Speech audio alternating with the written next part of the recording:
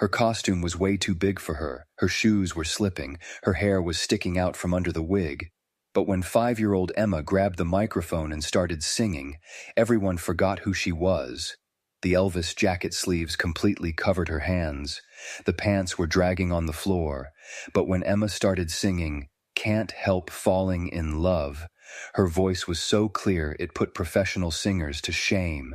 3,000 people forgot they were watching a child. 50-year-old men were tearing up, and parents were looking at their own kids and dreaming. That costume seemed magical, because the moment Emma put it on, it was like she had taken on Elvis's soul. Emma Rodriguez had always been different from other children her age. While most 5-year-olds were content with cartoons and playground games, Emma was drawn to something far more sophisticated, the timeless music of Elvis Presley. Her fascination had begun quite by accident when her grandmother, Rosa, had been playing old records during one of their weekend visits. Rosa Rodriguez was a woman who had lived through the golden age of rock and roll, and her small apartment was filled with vinyl records, vintage posters, and memories of a time when music seemed to have more soul. She had been a devoted Elvis fan since his early days, and her collection of memorabilia was impressive for someone of modest means. When Emma was just 3 years old, she had wandered into her grandmother's living room during one of these nostalgic listening sessions. The song playing that day was "Love Me Tender," and something about Elvis's voice had captivated little Emma in a way that nothing else ever had. She stood transfixed in the middle of the room, her tiny hands swaying to the rhythm, her eyes wide with wonder as the melody washed over her.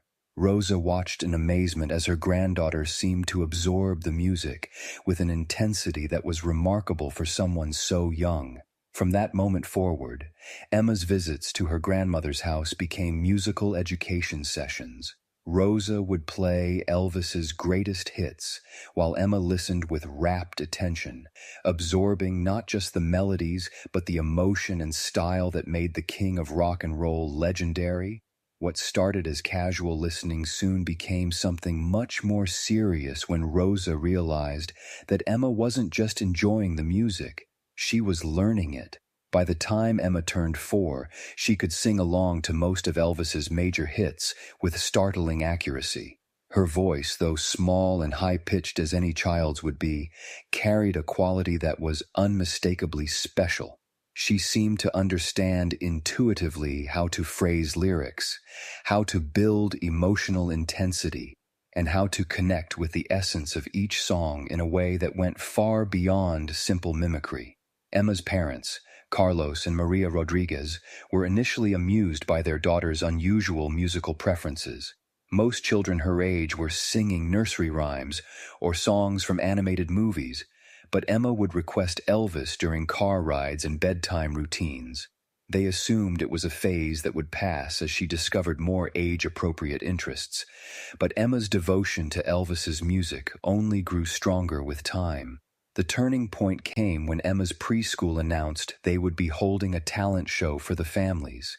Each child was invited to showcase a special skill or talent, and most parents expected typical preschooler performances, simple songs, basic dance moves, or perhaps a few magic tricks learned from YouTube videos. When the teacher asked Emma what she would like to perform, her answer surprised everyone. "I want to sing like Elvis," Emma declared with the confidence that only a child could possess. Her teacher, Mrs. Henderson, smiled politely and suggested perhaps Emma might prefer a song from a Disney movie or a simple children's tune. But Emma was adamant. She wanted to perform an Elvis song, and she had already chosen which one: "Can't Help Falling in Love." When Emma's parents heard about her plans, they found themselves in a difficult position. On one hand, they wanted to support their daughter's interests and encourage her obvious musical talent. On the other hand, they worried that a 5-year-old performing Elvis might seem inappropriate or draw unwanted attention. After much discussion, they decided to let Emma follow her passion, but they wanted to make sure she looked the part. This decision led to one of the most challenging shopping expeditions of their lives.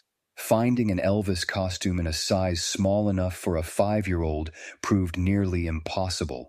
The few children's costumes they found online were either poor quality or designed more for Halloween than for a serious performance. Finally, Rosa suggested they purchase an adult Elvis costume and have it altered, but even that plan presented problems. The costume they eventually selected was a replica of one of Elvis's most iconic outfits, a white jumpsuit covered in rhinestones and sequins that sparkled under stage lights. It came with all the classic Elvis accessories, a wide belt with an ornate buckle, a high collar, and flared pants that were meant to move dramatically during performance. When they brought it home and had Emma try it on, the result was both adorable and slightly ridiculous. The jumpsuit was enormous on her tiny frame. The sleeves extended well beyond her fingertips, making her hands completely invisible. The pants pooled around her feet like a white sea of fabric, and the belt hung so low it nearly reached her knees. Even after extensive alterations, the costume remained comically oversized, but Emma's enthusiasm was undimmed. She loved everything about it, from the way the sequins caught the light to the dramatic collar that framed her small face. The final touch was the hair. Emma's natural hair was brown and curly, nothing like Elvis's famous pompadour. Rosa had found a child-sized Elvis wig online, complete with the signature black hair and distinctive styling.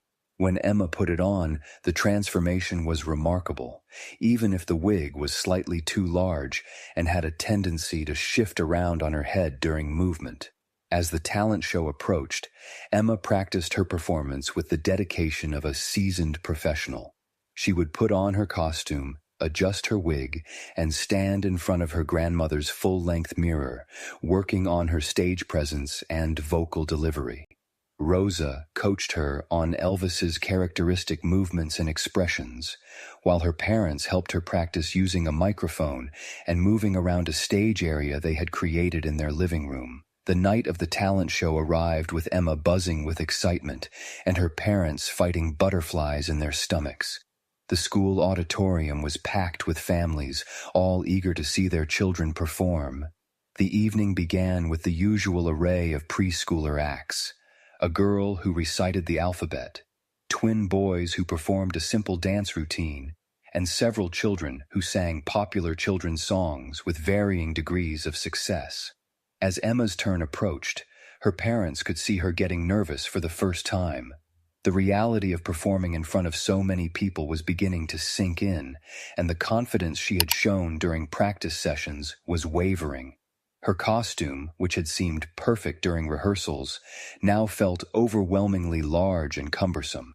The wig kept sliding sideways, and she had to keep pushing the sleeves up to free her hands.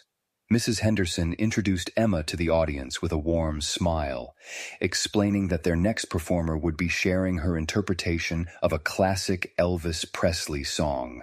The audience chuckled good-naturedly, expecting a cute but probably amateurish attempt at adult music. Parents pulled out their phones to record what they assumed would be an adorable moment of childhood innocence. Emma walked onto the small stage with careful steps, trying not to trip over the trailing hem of her jumpsuit. The microphone stand had been lowered to accommodate her height, but it still seemed enormous in comparison to her tiny frame. She gripped the microphone with both hands, her sleeves completely covering her fingers, and looked out at the audience with wide eyes. For a moment, silence filled the auditorium as Emma seemed to gather her courage. The piano accompaniment began softly, playing the opening notes of "Can't Help Falling in Love," and everyone waited to see what this little girl in the oversized Elvis costume would do next.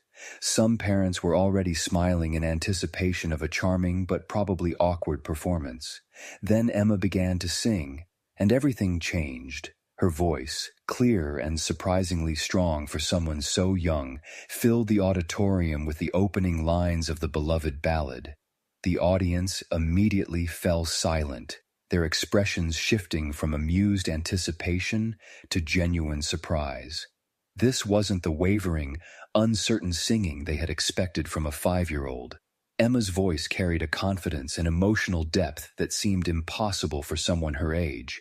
As she continued singing, Emma began to move with the music, and despite the ridiculous oversized costume, her stage presence was undeniable.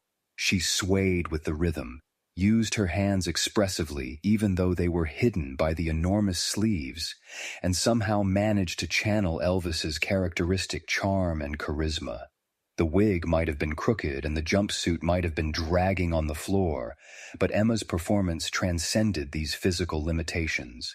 The audience was mesmerized.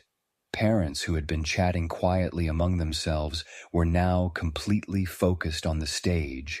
Some people had tears in their eyes as they watched this tiny performer deliver a rendition of the classic song that was both technically impressive and emotionally moving. Emma's natural musical instincts allowed her to navigate the song's emotional peaks and valleys with remarkable skill. Carlos and Maria sat in the front row, watching their daughter with a mixture of pride, amazement, and disbelief. They had known Emma was talented, but seeing her perform in front of an audience revealed abilities they hadn't fully recognized. The child on stage seemed transformed, possessed of a confidence and presence that was startling to witness in someone so young. As Emma reached the chorus, her voice grew stronger and more assured.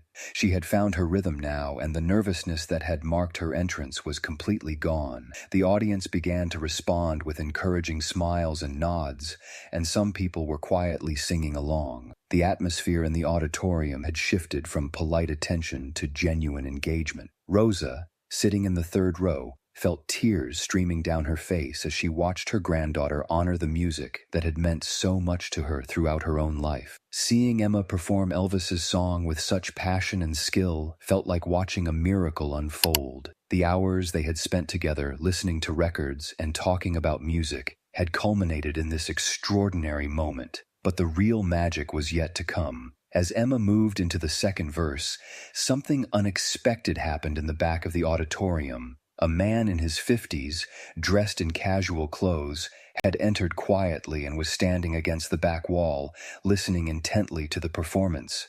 The audience near him began to murmur and point, their excitement palpable. It was Elvis himself.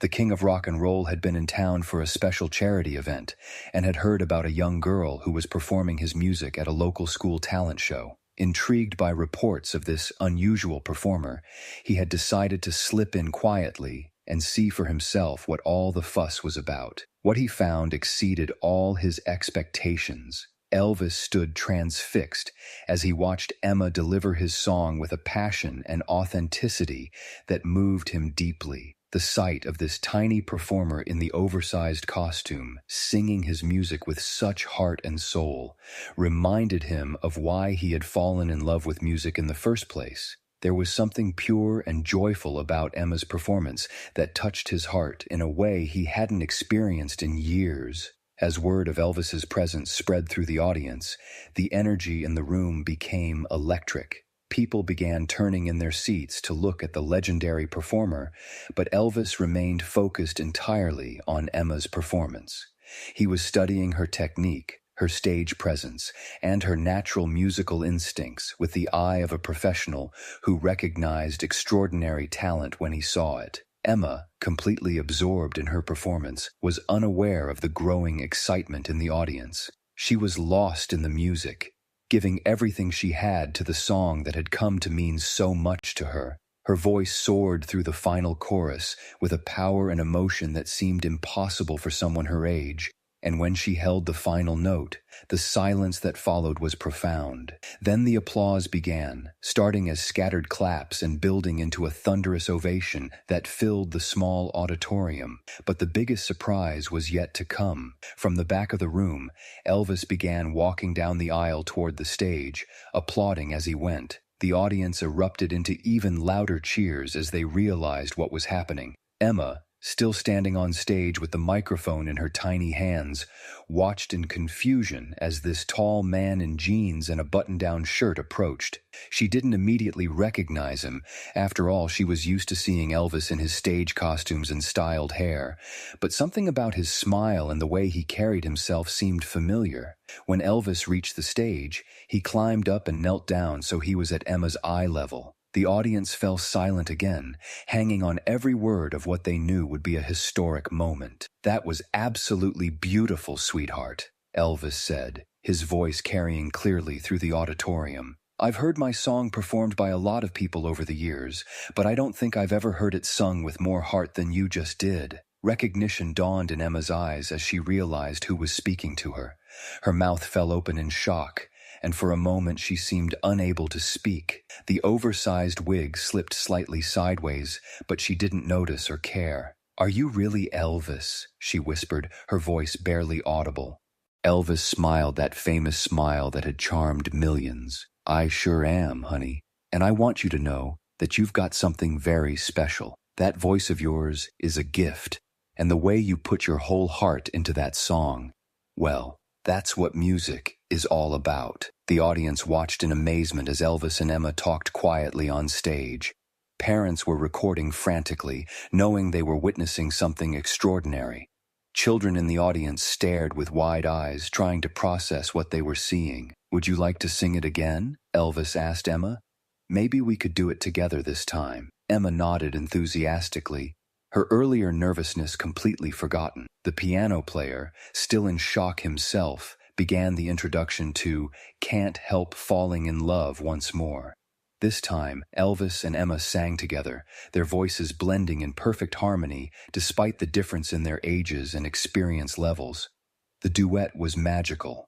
Elvis's rich, mature voice provided a foundation for Emma's clear, youthful tones, and together they created something that was both powerful and tender. Emma's confidence soared as she sang alongside her idol, and Elvis found himself genuinely impressed by her musical instincts and natural ability to harmonize. When the song ended, the standing ovation lasted for several minutes.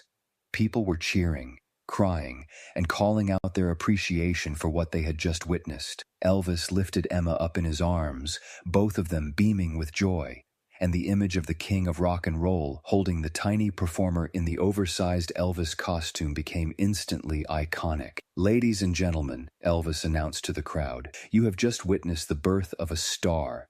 This little lady has reminded me tonight why I fell in love with music in the first place. Emma, you keep singing, honey. The world needs voices like yours." The impact of that evening extended far beyond the school auditorium. Video footage of Emma's performance and her duet with Elvis quickly spread across social media, touching millions of people around the world. The image of the 5-year-old in the comically oversized costume singing with such passion became a symbol of pure joy and the power of music to transcend age, experience, and expectations. For Emma's family, the night marked the beginning of a new chapter. Elvis, true to his word, took a personal interest in Emma's musical development, arranging for her to work with vocal coaches and providing opportunities for her to perform in more professional settings. The oversized costume was eventually replaced with properly fitted performance wear, but Emma kept the original outfit as a reminder of the night that changed everything. Emma's story became an inspiration to children and adults alike, proving that talent and passion could overcome any obstacle, even one as simple as an ill-fitting costume. Her performance demonstrated that music has the power to transform not just the performer, but everyone who witnesses genuine artistry, regardless of the performer's age or appearance. Years later, Emma would look back on that talent show as the moment when she discovered her true calling. The nervous 5-year-old in the oversized Elvis costume had found her voice that night, both literally and figuratively. With Elvis's encouragement and her family's support, she went on to develop her natural talents into a successful career in music, always remembering the lesson she learned that evening, that authentic passion and genuine talent will always shine through, no matter what obstacles might seem to stand in the way. The story of Emma's performance became a beloved part of music history, reminding everyone that sometimes the most powerful moments come from the most unexpected sources. A 5-year-old girl in an oversized costume had managed to capture the essence of Elvis Presley's music, and in doing so, had created something entirely new and beautiful. It was a testament to the enduring power of music to bring people together and create moments of pure magic that transcend all boundaries.